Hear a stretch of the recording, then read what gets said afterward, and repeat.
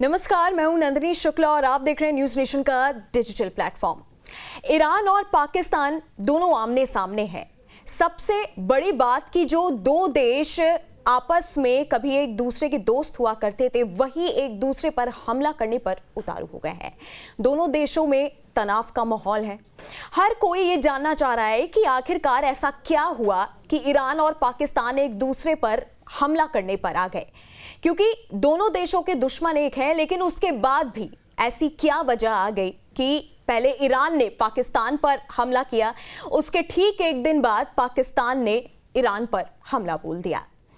समझने की कोशिश करते हैं। मेरे साथ मौजूद हैं मेरे वरिष्ठ सहयोगी सुमित। सबसे पहले आप हमें ये बताइए कि ईरान पाकिस्तान का जो इस समय माहौल चल रहा है, तनाव की वजह क्या है? तनाव की वजह नंदिनी ये है, आप देखिए कि दोनों देश पड़ोसी देश हैं। पाकिस्तान अक्सर भारत के साथ तनाव की वजह से चर्चा में रहता था, लेकिन उसकी सीमा ईरान से भी लगती है और ये बात आमतौर पे चर्चा में नहीं आती थी। लेकिन एक उसकी सीमा का एक बहुत बड़ा हिस्सा बलूचिस्तान प्रांत का ईरान के साथ लगा हुआ है और उसी इलाके में ये तनाव हुआ है। तनाव क्यों हुआ है? क्योंकि वो जो इलाका है बलूचिस्तान का, वो जो बलोच आबादी है, वो एक हिस्सा उसका पाकिस्तान में रहता है उस बलोच आबादी का, और दूसरा हिस्सा उसका ईरान में रहता है। जो ईरान में सिस्तान बलूचिस्तान उसके प्रांत का नाम है और पाकिस्तान में बलूचिस्तान उसके प्रांत का नाम है। तो समस्या ये है कि ईरान वाले जो सिस्तान प्रांत है, वहाँ कुछ लोग ईरान के खिलाफ, जो बलोच लोग हैं, वो ईरान के खिलाफ मुहिम चलाते हैं और उनको मदद मिलती है बॉर्डर पार करके पाकिस्तान के बलूचिस्तान वाले इलाके से।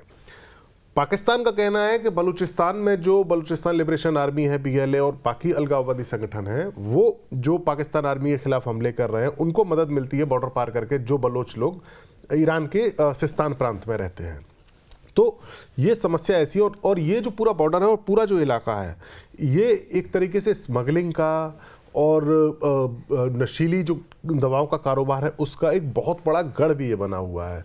तो यहाँ हालात जब कई बार बिगड़े, इससे पहले ऐसा नहीं है कि ईरान ने पहली बार हमला किया हो। ईरान इससे पहले भी बॉर्डर पार करके जो उसके जो आतंकवादी, जो उन्हें उसे लगता था आतंकवादी हैं, उनको जाकर वहाँ निशाना बनाता था। लेकिन इस बार ईरान ने एक बड़ी स्ट्राइक की है, ड्रोन्स का इस्तेमाल किया है, मिसाइल्स का इस्तेमाल किया बताया जा रहा है, और उसमें 5-6 लोगों की मरने की भी खबर है। तो ये ईरान की तरफ से जब ये हमला हुआ, तो एक ऐसे वक्त में नंदिनी, जब पाकिस्तान में चुनाव होने वाला है, 8 फरवरी को पाकिस्तान में चुनाव है। आर्मी भले ही चुनाव नहीं लड़ती है वहाँ की, लेकिन एक बड़ी स्टेक होल्डर आर्मी रहती है। इमरान खान की पार्टी से उसकी दुश्मनी है। तो ऐसे में जब पाकिस्तान की साख दाव पे लगी हुई थी, तब पाकिस्तान की आर्मी की साख दाव पे लगी हुई थी, मैं ये कहूँगा, तब पाकिस्तान आर्मी ने उसका बदला लेते हुए उसने भी ड्रोन्स और छोटी मिसाइल्स और रॉकेट लॉन्चर्स के जरिए ईरान के सिस्तान प्रांत में हमला करके वहाँ 9 लोगों की मौत की खबर है। तो ये एक बेसिकली तनाव का तात्कालिक कारण है।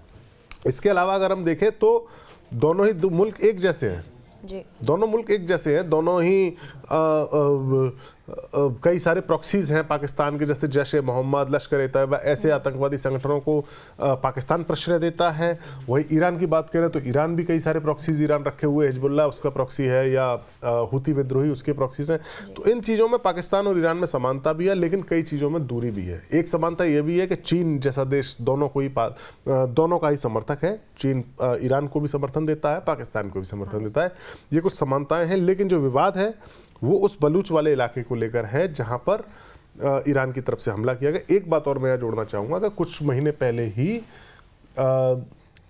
ईरान में एक पुलिस स्टेशन में इन उग्रवादियों ने हमला किया था और कई सारे ईरान के पुलिस के ऑफिसर्स मारे गए थे, जिसके बाद ये लग रहा था कि हाँ, ईरान अब हमला करेगा। लेकिन ऐसा हमला करेगा, बड़ा हमला करेगा और उसका जवाबी हमला दिया जाएगा, ये थोड़ी सी अजीब बात हो गई, खासतौर से ऐसे वक्त में जबकि उस पूरे इलाके में, मिडिल ईस्ट के इलाके में ऑलरेडी जंग एक चल रही है हमास और इजराइल के बीच में।